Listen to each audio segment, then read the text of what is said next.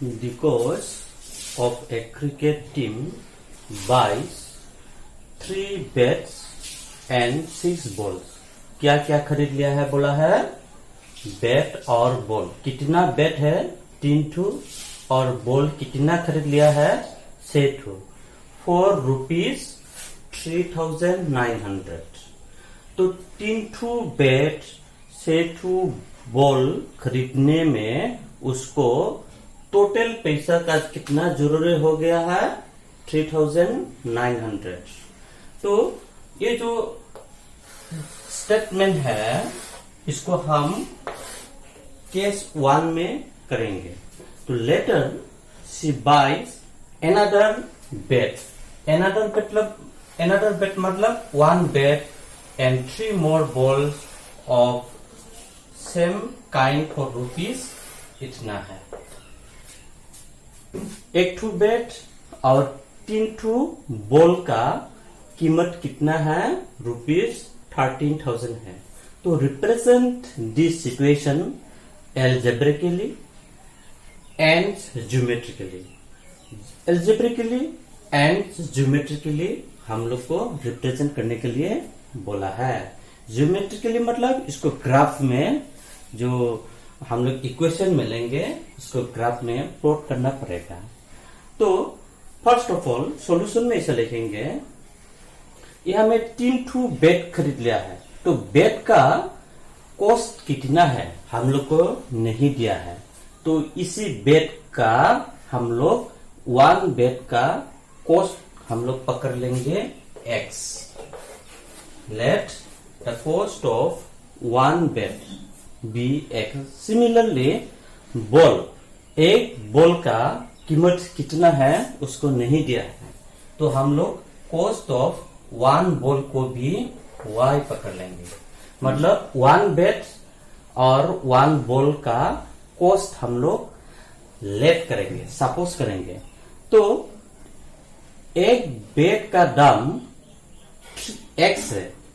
1 cost of 1 bet is x. Then what's the cost of 3 bets? That is 3 into x is 3x. So according to the question in case 1 में हम लोग लिखेंगे जो 3x और 6 balls. We have supposed that cost of 1 ball be y. तो एक ball का cost y होगा. तो 6 बॉल्स का कीमत कितना होगा? 6 इंटू क्या होगा? y. 6y. दोनों मिलाकर 3 बेट्स का कॉस्ट ये हो गया, 6 बॉल्स का कॉस्ट ये हो गया. तो दोनों मिलाकर कितना इसका कॉस्ट हो गया? बोला है 3,900 हुआ है. तो ये दोनों को जमा करके ही इतना हुआ है. तो हम लोग एक इक्वेशन मिल गया. इसको हम लोग केस 1 लिखा है. बाकी लेटर में और वो क्या किया? दूसरा एक बेट खरीद लिया है और 3 ठो बॉल खरीद लिया है. कितना रुपीस में? रुपीस 1300 में. तो केस 2 में हम लोग इसको लिखेंगे क्या? अनदर बेट मतलब 1 बेट. 1 बेट का कीमत हम लोग कितना पकड़ लिया है? 1 बेट का x है. तो x. इसके बाद 3 बॉल्स.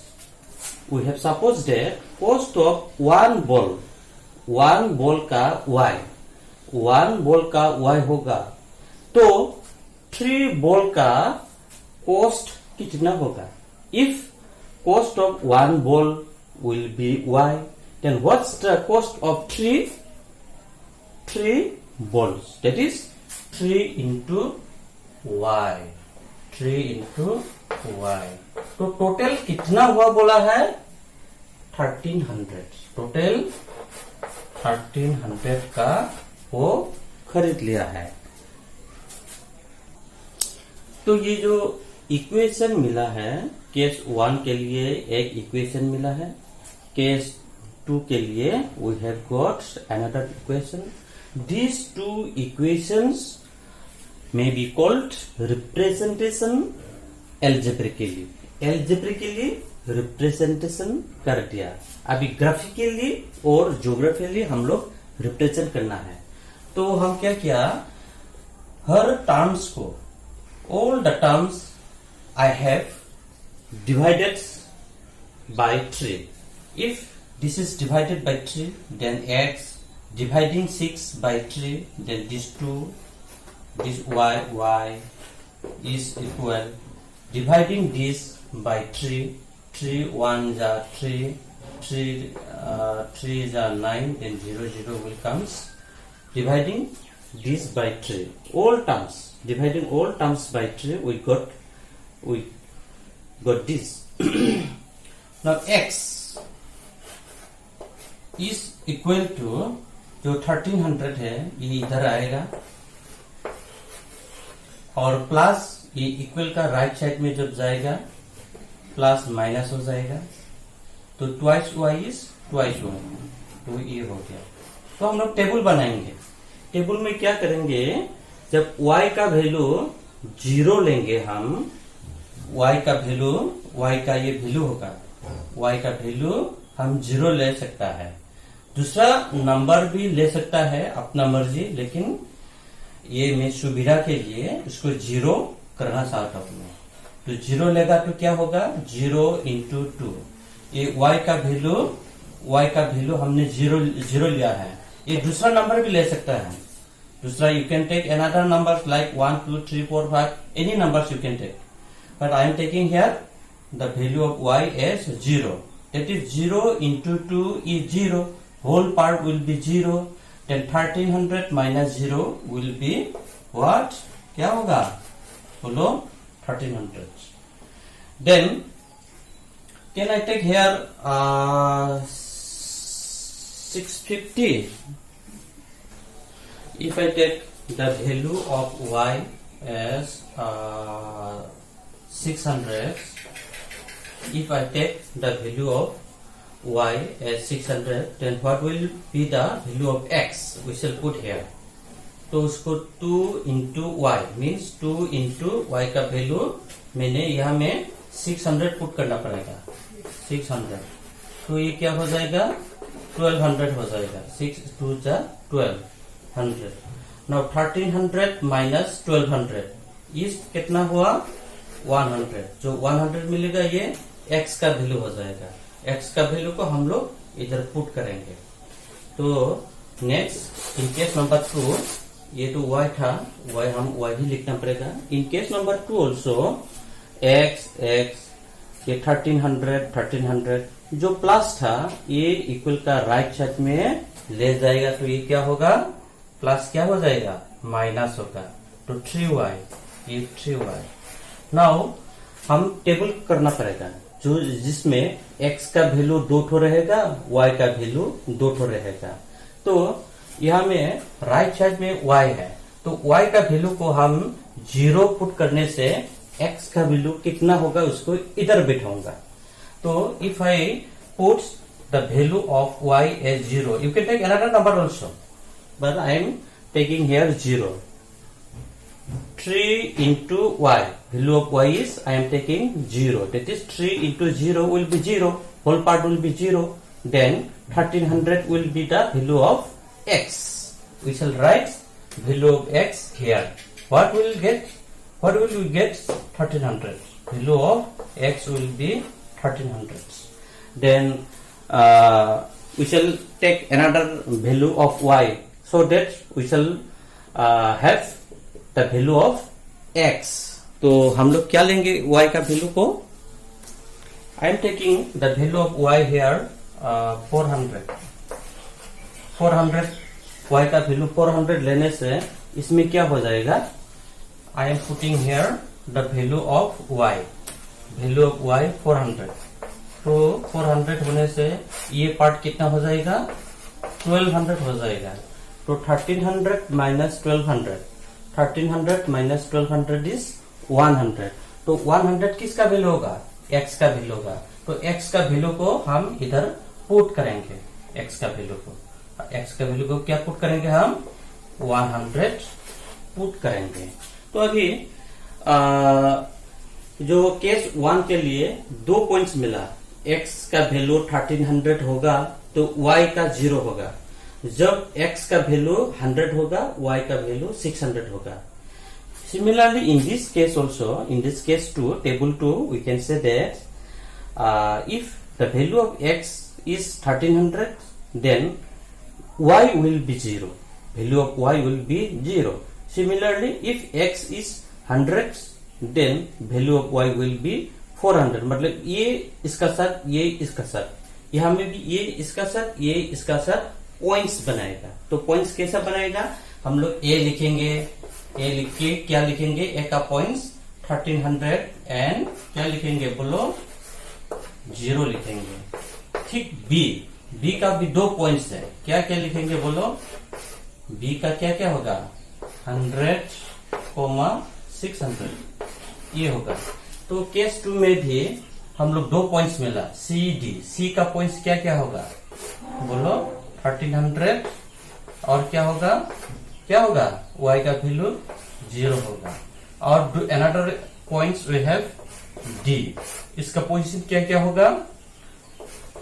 100 होगा और दूसरा वाला कितना होगा? 400 होगा। ऐसा होगा, मतलब d ये जोड़ा, ये पेयर हो गया, पेयर है।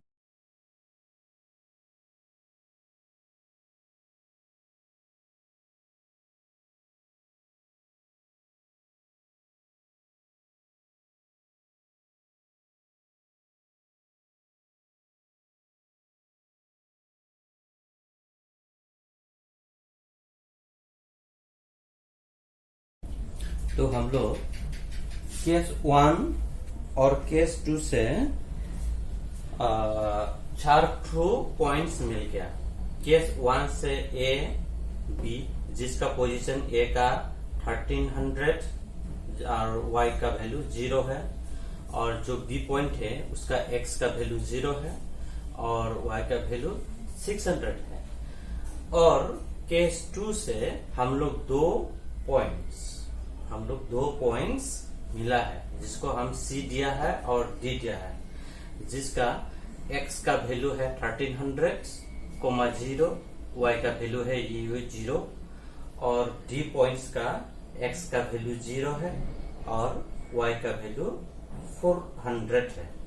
तो इसको ऐसा लिख दिया, D points A whose position is x का वैल्यू ये है, y का वैल्यू ये है, एंड b x का वैल्यू ये है, y का वैल्यू ये है, are plotted on the graph paper. On joining these points, we get PQ, which is the graph of case 1. Similarly, the point C, whose x value is this and y's value is this, and D points whose x value is 100 and y's value is 400, are also plotted on the same graph paper. On joining these points, we get RS as line, which is the graph of case 2. Now let us move to the graph, how it can be plotted. First of all, scale लेना पड़ेगा हम लोग। 1 small scale को हम 100 units पकड़ लिया है along both the axis. 1 small scale मतलब कौन सा? जो ये छोटा छोटा घर जैसा है ना, उसको 1 स्मॉल स्केल पकड़ लिया है। और जो 100 units, 1 small scale is equal to 100 units का मतलब है जो ये एक जो घर है, जो 1 स्मॉल स्केल, उसको हम 100, 200, 300, 400, 500, 600, 700, 800, 900, 1000, 1100, 1200, 1300, ये 1300 हम लोग का हो जाएगा। तो A और B, ये केस 1 के लिए हम लोग 2 पॉइंट्स मिला था। तो A का पोजीशन x का वैल्यू 1300 था, ये कैसा 1300 आ गया? हम लोग क्या इस स्केल में क्या पकड़ा है? 1 स्मॉल स्केल को 100 यूनिट्स पकड़ लिया है। मतलब क्या? 1 स्मॉल स्केल मतलब ये है, ये है, ये है, ये जो इसको 100 100 100 मैंने पकड़ लिया है। 100 100 तो यहाँ तक 1300 होता है। तो y का वैल्यू 0 है, मतलब ये इधर भी नहीं जाएगा, इधर भी नहीं जाएगा, क्योंकि ये y का वैल्यू 0 है, तो y का वैल्यू यहां में ही रहेगा। तो नेक्स्ट पॉइंट b का x का वैल्यू 100 है, तो x का वैल्यू 100 मतलब कहाँ होगा, ये जो छोटा सा घर है ना उसको हम 100 पकड़ लिया था, ये one small scale is 100 units, तो दिस इज 100 यूनिट्स। तो y का वैल्यू है 600, तो 600 मतलब हमें इधर ऊपर में जाना पड़ेगा, ये पॉजिटिव है, तो 100, 200, 300, 400, 500, 600, ये b का पोजीशन हो गया, 100 और 600। तो हम लोग a और b को स्ट्रेट इसको खींचना पड़ेगा, ऐसा ये लाइन हो गया। तो ए बी को हम लोग एक लाइन खींच दिया, उसको ज्वाइन कर दिया। After joining this 2 points A and B, we have got this shape P and Q. This line we have got from 2 points A and B. Now similarly, from case 2 we have 2 points, one is C and the other is D. Now we have to plot the point C where it locates on the graph. x का value 1300 था, y का value 0 है, तो 1300 हम लोग यहाँ से start करेंगे काउंट करने के लिए। तो x का वैल्यू 1300 है, x का वैल्यू मतलब यहाँ में 100, क्यों 100 पकड़ लिया है, वन स्मॉल स्केल को हम 100 यूनिट्स पकड़ लिया है, तो ये 100, 200, 300, 400, 500 ऐसा हम लोग काउंट करके जाने से इसी कॉमन पॉइंट में ही C भी रहेगा, A भी रहेगा। देखो C भी रहेगा, A भी रहेगा, वो तो C पॉइंट्स का y का वैल्यू भी 0 है, तो ये इधर भी नहीं जाएगा, इधर भी नहीं जाएगा, तो कहाँ रहेगा, यहाँ में रहेगा। तो A और B कोइंसाइड हो गया, एक ही जगह में वो लोग रह जाएगा। अभी पॉइंट्स D का x का वैल्यू 100 था और y का वैल्यू 400 था, तो 100, तो हम लोग यहाँ से काउंट करेंगे, x का वैल्यू इधर जाएगा क्योंकि पॉजिटिव है, तो ये 100 एक ही घर पार होके जाएगा, एक ही घर में ही 100 होता है, क्योंकि हम लोग one small scale is 100 units पकड़ लिया है। तो y का वैल्यू 400 है, y का वैल्यू 400 है, ये ऊपर जाएगा क्योंकि ये पॉजिटिव है, नेगेटिव होने से ये नीचे में आता था, लेकिन ये पॉजिटिव है इसलिए ये ऊपर में जाएगा। तो 100, 200, 300, 400 ये D का पोजीशन है। तो हम लोग C और D को ज्वाइन करना पड़ेगा, तो ज्वाइन करो, C और D को ज्वाइन करो, ऐसा एक लाइन हो जाएगा जिसका नाम है RS, मैंने दे दिया है, दूसरा नाम भी ले सकता है जैसे LM, अपना मर्जी, हम लिया है इसमें RS। तो केस 1 के लिए हम लोग का ज्योमेट्रिकली रिप्रेजेंटेशन हो गया PQ line and for case 2 the geometrical representation is the line RS. That's all.